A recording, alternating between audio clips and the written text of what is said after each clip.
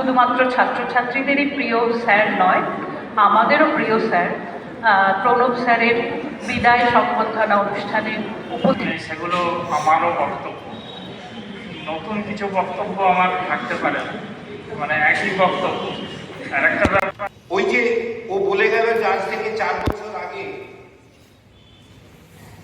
ওদের ফেয়ারওয়েলে বলেছিলাম আয় বেঁধে বেঁধে থাকি, আজও তাই আয় বেঁধে বেঁধে থাকি।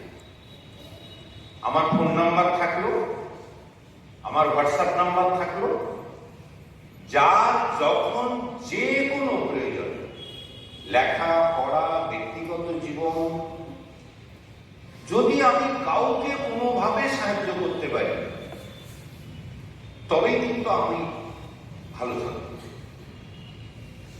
আমি তোদেরকে ভুল করব, এগুলো গেল সিরিয়াস কথা। আজকে দেখছি আমি মঞ্চে আসার পরে, আজকে তো জানে স্যার কিছু বলবে না, যে যা খুশি বলে যাচ্ছে। তোরা তো বলছিসই, কেবল শুধু গুণগান গেয়ে যাচ্ছে। নীলাঞ্জনা সেও এসে দেখছে আমাকে বলে যাচ্ছে স্যার খুব ভালো স্বামী, আমার বউ অ্যাপ্রুভ করবে না, বসে আছে। ও অ্যাটলিস্ট এই স্টেটমেন্টটা নীলাঞ্জনা অ্যাপ্রুভ করে। 41 বছর হলো পড়ানো,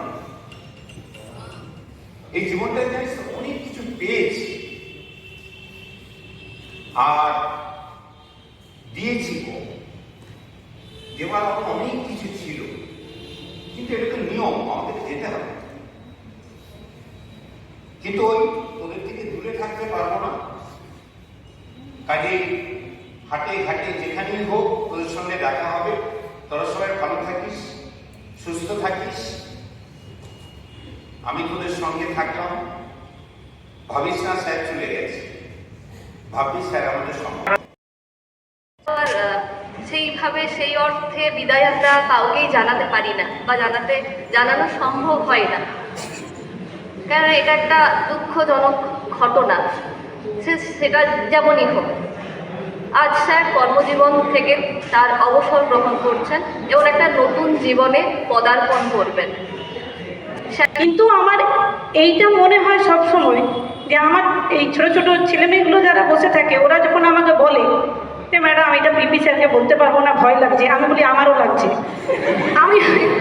আমি সত্যি কথা বলছি, ওনার কাছে আমি জীবনে কোনোদিন বকানি খাইনি, কিন্তু আমার ভেতর থেকে এই জিনিসটা আছে, আমার নিজের মা বাবার প্রতিও আছে, ওনার প্রতিও আছে।